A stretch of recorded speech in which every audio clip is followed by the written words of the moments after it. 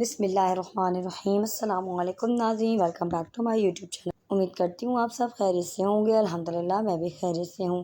میری اس ویڈیو کے ساتھ جڑے رہیے تاکہ آپ کو اچھی سے اچھی اور انفارمیٹیو ویڈیوز ملتی رہیں۔ آج میں آپ کو پیارے نبی حضرت محمد صلی اللہ علیہ وسلم کی جب انہوں نے اسلام کی دعوت کا پیغام پہنچانا شروع کیا تو لوگوں نے ان کے ساتھ کیا سلوک کیا اور ہمارے پیارے نبی صلی اللہ علیہ وسلم کی دعوت کے اہم نکات کیا تھے، تو اس کا تذکرہ اس ویڈیو میں ہم کریں گے۔ اللہ کے رسول صلی اللہ علیہ وسلم کی دعوت کیا تھی اور وہ کیا اہم چیزیں تھیں جن کی طرف آپ لوگوں کو بلاتے تھے، تو چلیے جانتے ہیں۔ آپ صلی اللہ علیہ وسلم قریش سے کہتے تھے اللہ تعالیٰ ایک ہے، اس کا کوئی شریک نہیں، اللہ تعالیٰ کے علاوہ کوئی معبود برحق نہیں، اس کے علاوہ کوئی مشکل کشا اور کوئی حاجت روا نہیں۔ ہمیں اپنی مشکلات، پریشانیوں اور مصیبتوں میں صرف اور صرف اپنے رب اکیلے سے مانگنا چاہیے۔ ہمارا رب آسمانوں اور زمینوں کا مالک ہے، اسی کی بادشاہی اور اسی کے لیے تعریف ہے، ہمیں اسی کا شکر ادا کرنا چاہیے۔ یہ ساری کائنات اسی اکیلے رب نے بنائی ہے اور ہم سب کو بھی اسی نے پیدا کیا ہے۔ یہ پتھر کے بنے ہوئے بت جن کی تم پوجا کرتے ہو نہ تمہیں نفع پہنچا سکتے ہیں اور نہ ہی نقصان، یہ نہ تو سن سکتے ہیں اور نہ ہی بول سکتے ہیں، نہ ہی دیکھ سکتے ہیں اور نہ ہی کسی ضرورت مند کی ضرورت کو پورا کر سکتے ہیں، یہ اپنی جگہ سے بھی نہیں ہل سکتے، تو یہ تمہاری مدد کیسے کریں گے؟ مرنے کے بعد ہم سب ایک مرتبہ پھر زندہ ہوں گے۔ قیامت کے روز ہر شخص کا حساب و کتاب ہوگا۔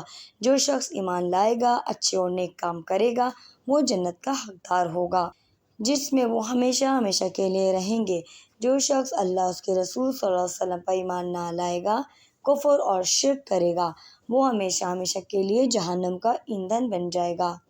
اللہ کے رسول صلی اللہ علیہ وسلم نے لوگوں کو ان کے حقیقی معبود کی پہچان کروائی۔ انہیں بتایا کہ آسمان سے بارش نازل کرنے والا، اولاد دینے والا، زندگی اور موت دینے والا اور رزق بخشنے والا صرف اور صرف ایک ہی رب ہے جو آسمانوں میں ہے۔ عزت اور ذلت اسی کے ہاتھ میں ہے، وہ جسے چاہتا ہے بادشاہی عطا کرتا ہے اور جسے چاہتا ہے بادشاہی اس سے چھین لیتا ہے۔ ہر قسم کی خیر اور بھلائی صرف اللہ کے ہاتھ میں ہے اور برائی بھی اللہ کے ہاتھ میں۔ کوئی انسان بھی نیکی اللہ کی مرضی کے بغیر نہیں کر سکتا اور نہ کوئی انسان برائی اللہ کی مرضی کے بغیر کر سکتا ہے۔ اللہ تعالیٰ نے ہمیں بس توفیق دے دی ہے، ایک راستہ بتا دیا، اب ہمیں اس پہ چلنا ہے۔ جو کوئی نیک راستے پہ چلے گا وہ جنت کا حقدار ہوگا اور جو کوئی برے راستے پہ چلے گا وہ برائیوں کا حقدار بنے گا۔ اب ہمارے پیارے نبی صلی اللہ علیہ وسلم نے خفیہ دعوت کا اعلان کیا، یعنی وہ گھر گھر جاتے تھے، لوگوں کو خفیہ طور پر دعوت 3 برس تک دیتے رہے۔ ادھر سیدنا ابوبکر صدیق رضی اللہ تعالیٰ عنہ بھی اپنے دوستوں اور رشتہ داروں کو اسلام کی دعوت دے رہے تھے۔ تھوڑے ہی عرصے بعد سیدنا عثمان بن عفان، طلحہ بن عبداللہ، عزیر، زبیر بن عوام، سعد بن ابی وقاص، ابو عبیدہ بن جراح، عبداللہ بن مسعود اور سعید بن زید رضی اللہ تعالیٰ عنہ جیسے معزز لوگ اسلام قبول کر لیتے ہیں۔ سیدنا بلال بن رباح، خباز ارت اور عمار بن یاسر جیسے لوگ غلام تھے۔ یہ کمزور لوگ تھے، ان کا مکہ میں کوئی حمایتی اور مددگار نہ تھا، مگر یہ بھی اسلام کی نعمت سے مالا مال ہو جاتے ہیں اور کسی کی فکر نہیں کرتے، وہ اسلام پہ ڈٹے رہتے ہیں۔ ایک دن جبرائیل امین آپ کے پاس اللہ تعالیٰ کا یہ پیغام لے کر آتے ہیں، آپ کو جس بات کا حکم دیا جا رہا ہے اسے کھول کر سنا دیجیے اور مشرکوں سے منہ پھیر لیجیے۔ سورۃ الحجر کی یہ آیت ہے۔ اس آیت کریمہ کے نازل ہونے کے بعد اللہ تعالیٰ کے رسول صلی اللہ علیہ وسلم کھلے عام لوگوں کو اسلام کی دعوت دینا شروع کر دیتے ہیں۔